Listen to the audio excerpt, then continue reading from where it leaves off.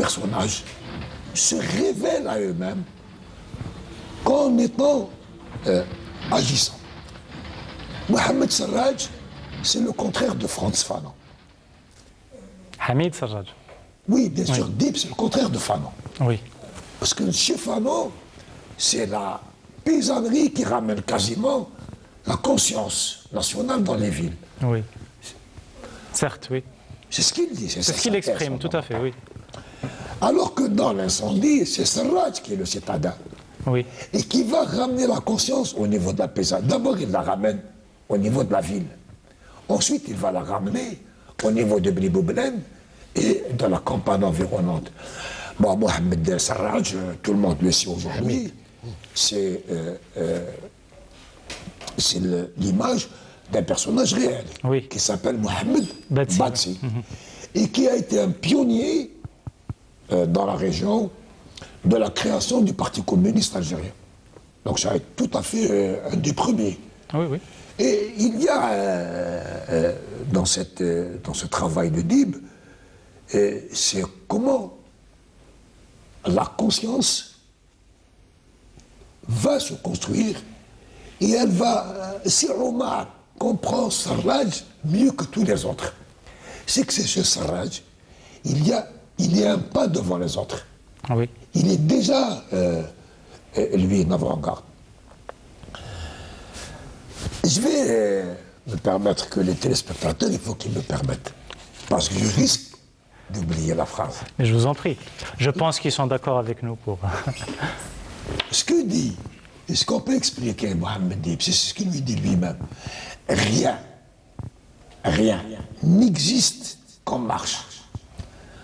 Dans un monde en marche, qu'en perpétuelle division et réconciliation en soi, avec soi et hors de soi.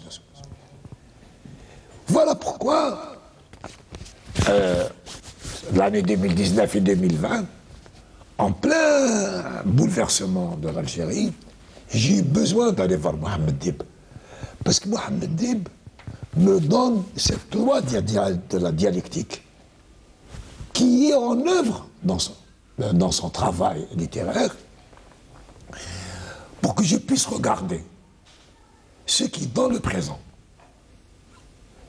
existe et n'existe qu'en marche, que dans un monde en marche, que dans des divisions et des réconciliations.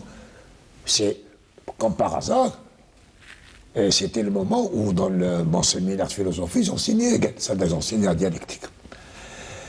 Ce qu'il y a dans Mohamed Dib, ce n'est pas des thèses, ce n'est pas des slogans. À aucun moment, d'ailleurs. À aucun moment. C'est le regard d'un immense écrivain qui sait voir les choses dans leur contradiction, dans leur lutte, dans leur transformation. Et ce qu'il y a d'hegelien chez lui, c'est que le moment de la vérité des choses, c'est le moment où il se transforme. C'est ce moment-là. Je voudrais terminer sur un été africain. Oui. D'où est la citation que vous avez lue est tirée de la préface d'un été africain. Qui a été écrite plus tard. Voilà, a posteriori, oui. Oui, qui a été pour une écrite, édition bulgare, oui. Oui, qui a été écrite plus tard. Tout à fait. Et l'été africain, un été africain, qu'est-ce que c'est? Ça commence par Zakia, qui est chez elle, qui veut devenir institutrice, qui est dans une famille aisée, donc qui a une très belle maison, un jardin, une villa, une nuit d'été torride. Et elle veut, elle qui a eu le bac, devenir institutrice. C'est-à-dire que l'été africain, nous sommes en 1955, 56. Oui. C'est ça. 55. Pour la révolution est là. La révolution est là. Le cadre, hein, pas la parution. Oui. Parution 59. Oui. Oui, le cadre. Le cadre de l'action, oui. Oui, le cadre, c'est pendant la guerre de libération Voilà, nationale. exactement, tout à fait. Oui, c'est le café qui est paru en 55. Oui. C'est ça. Oui, oui. Zakia veut devenir institutrice. Si elle devient institutrice, ça veut dire qu'elle est en train de passer dans l'assimilation. Et celle qui va s'opposer, c'est sa grand-mère. Oui. Elle va freiner des quatre fers pour... Oui, oui, non, elle va s'opposer, elle va imposer. Absolument, oui. Oui. La mère, qui a quand même permis à sa fille d'étudier, Jusqu'au bac, oui. ne peut pas encore, elle n'a rien à dire. Attention, parce que tout ce qu'elle a pu faire pour sa fille, elle l'a fait avec la complicité du père. Et sur le père pèse le poids, non pas de la mère, mais le poids et de la mère et de la société. C'est que nous sommes dans une situation qui est porteuse d'une possibilité émancipatrice des femmes, mais qu'une possibilité émancipatrice en dehors de la lutte fondamentale de leur peuple. Voilà la première nouvelle. Dès la deuxième nouvelle, nous sommes sur les terres paysannes. Oui.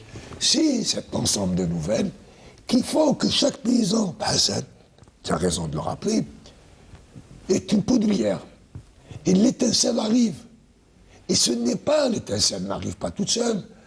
Elle arrive parce qu'à ce moment-là, tout ce colonialisme qu'on avait vu dans la grande maison à l'incendie va se lever, rentrer dans la lutte, se transformer.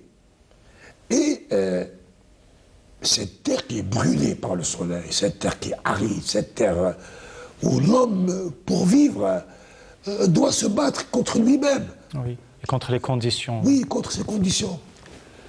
Je vous remercie beaucoup, M. Bouhamidi, pour ces éclaircissements. Je me tourne vers vous, Hassan Arab.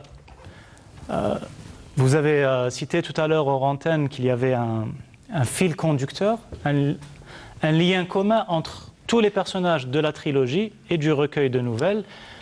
Si vous pouvez conclure sur ça et nous éclairer. Juste dire une chose par rapport à Omar, aussi, le personnage oui, principal et sa prise de conscience. Parce que dans l'élaboration esthétique de Mohammed Dib de la trilogie, Mohammed Dib n'a pas construit un héros au sens classique du terme. Parce que Omar, c'est en quelque sorte, c'est l'œil et l'oreille attentive qui enregistrent le bruissement de ce qui est les actions de son monde environnant. C'est ça donc la particularité de ce personnage. Et à l'exemple de tous les personnages d'ailleurs, c'est-à-dire tous les personnages de Mohammed Dib ont rencontré le tragique, chacun dans son époque. Oui. Il y avait les personnages de la trilogie, c'était de l'époque coloniale. Après, les autres personnages, chacun va rencontrer le tragique de son époque et ils ne veulent pas ruser avec lui. C'est ça également aucun personnage de Dib n'a essayé de ruser avec ce tragique. La lucidité de la pensée est la première valeur. Il faut voir les choses telles qu'elles sont et refuser l'opinion des illusions. Mais le tragique est rencontré dans l'action, et c'est dans l'action qu'il faut répandre. L'expérience du vécu, de l'acte, est opposée aux constructions de la pensée. Risque, contact, courage, révolte. Lutte. Lutte, telles sont les valeurs de la lutte, mais tout simplement, telles sont les valeurs de la vie. Merci beaucoup Hassan Arab pour cette magnifique conclusion. Merci beaucoup d'avoir été avec nous. C'est moi. Professeur Bouhamidi, merci d'avoir répondu si aimablement à notre invitation. Mesdames et messieurs, merci de nous avoir écoutés. Merci d'avoir passé ce moment avec nous qui, j'espère, a été aussi agréable pour vous qu'il l'a été pour nous. Je vous donne rendez-vous à très bientôt et je vous dis